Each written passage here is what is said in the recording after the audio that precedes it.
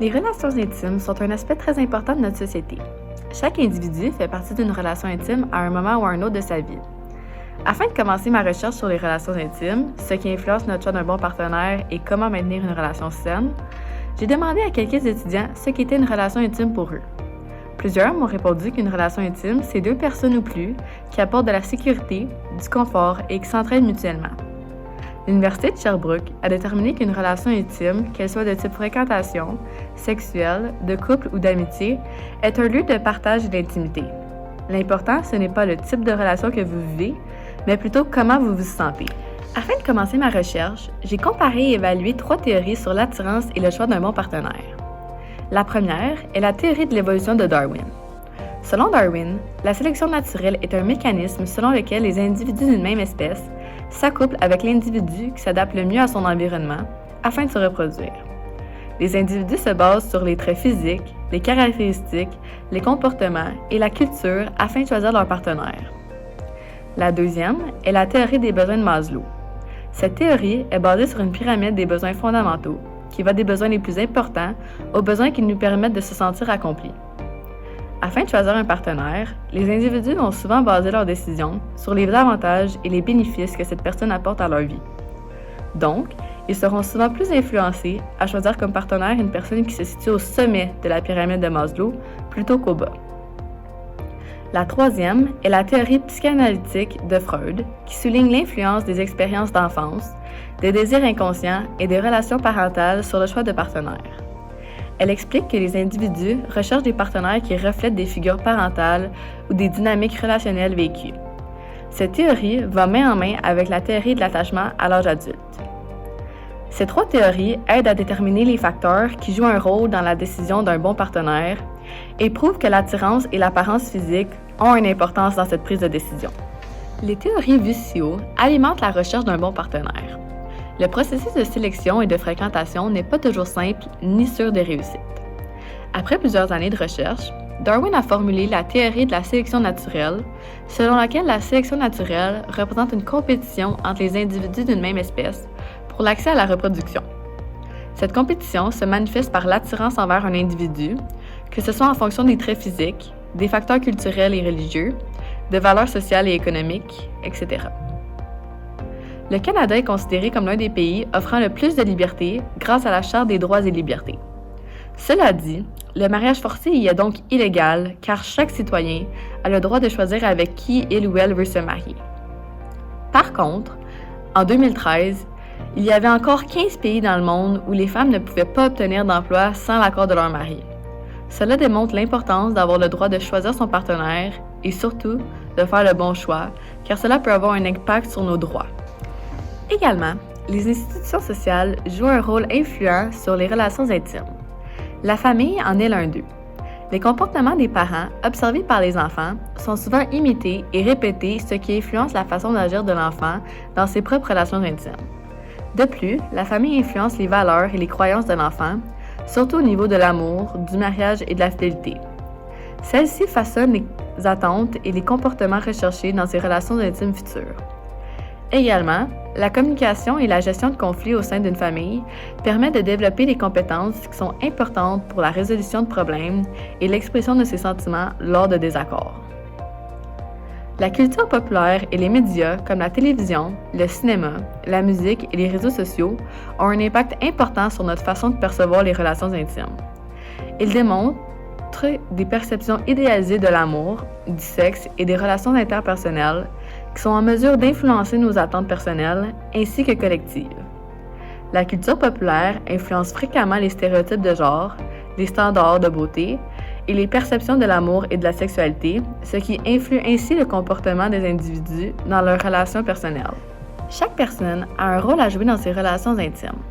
Ces rôles peuvent varier en fonction des heures de travail, des passe-temps et des autres facteurs externes qui affectent leur capacité à consacrer du temps à leurs responsabilités. Les tâches domestiques sont l'un des principaux rôles dans la vie de couple.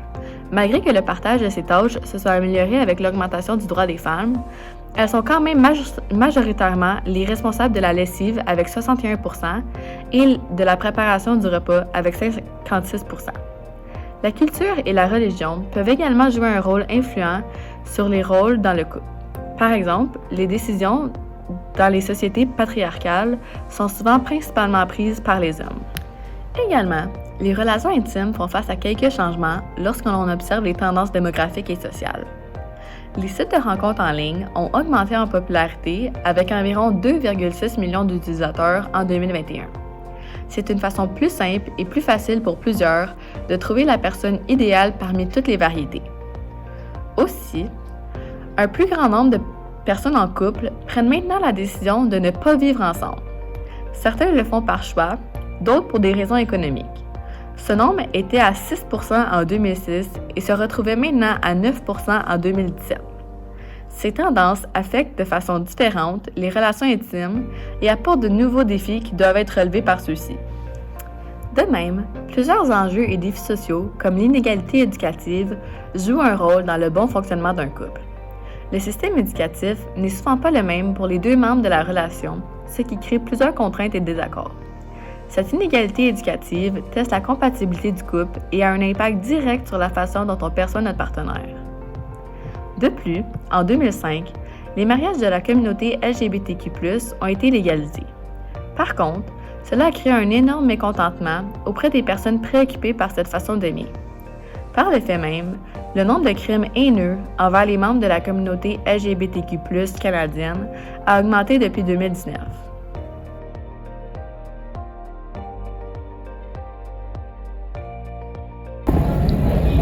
Moi, dans une relation saine, ça me permet vraiment d'avoir des effets positifs. Je suis vraiment heureuse, j'ai beaucoup de bonheur, je me sens en sécurité, puis c'est juste vraiment positif psychologiquement. Une relation saine, ça fait toute la différence. T'sais, ça me donne la sécurité, ça m'encourage à essayer de nouvelles affaires. Émotivement, tu te sens tellement bien que tu peux pas te passer de ça. Puis au niveau intellectuel, ben, ça te permet de non seulement d'aller plus loin, mais de vouloir aller plus loin.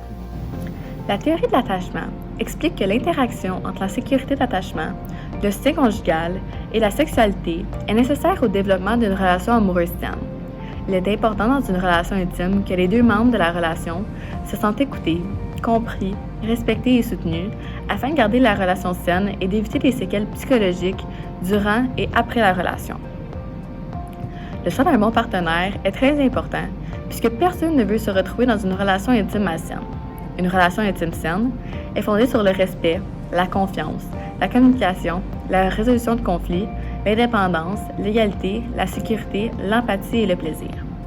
Au contraire, une relation intime malsaine fait en sorte que la personne se sente anxieuse, confuse, incertaine, coupable, honteuse et souvent en danger.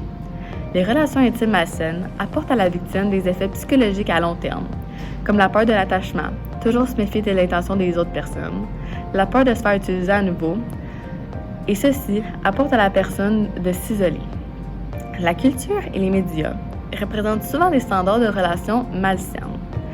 Parmi les 50 émissions de télévision les plus populaires auprès des enfants, 9 sur 10 d'entre elles montraient des formes de violence dans les relations, tant entre amis qu'entre couples. Heureusement, il existe plusieurs stratégies afin de prévenir et contrer la violence dans les relations intimes, et ça commence dès la naissance de l'enfant. Une relation stable et sécuritaire entre les parents et l'enfant est idéale pour éviter la violence dans leur relation future. Il est important de laisser place à la bonne communication et de montrer à l'enfant les bonnes stratégies pour exprimer ses sentiments. Il existe également plusieurs ressources gratuites qui éduquent mais aussi aident les victimes de violences conjugales. Par exemple, SOS Violence conjugale, qui sont ouverts 27 jours sur 7, 24 heures sur 24, Trousse Média sur la violence conjugale, Jeunesse J'écoute, qui est un site disponible pour les enfants et adolescents, et InfoAide Violence sexuelle, qui dirige les victimes vers des ressources selon leurs besoins identifiés. En bref, toutes les relations viennent avec leur lot de défis et de problèmes. L'important est de savoir faire la différence entre les problèmes et les conflits normaux et sains d'un couple, et ceux néfastes pour le bien-être psychologique.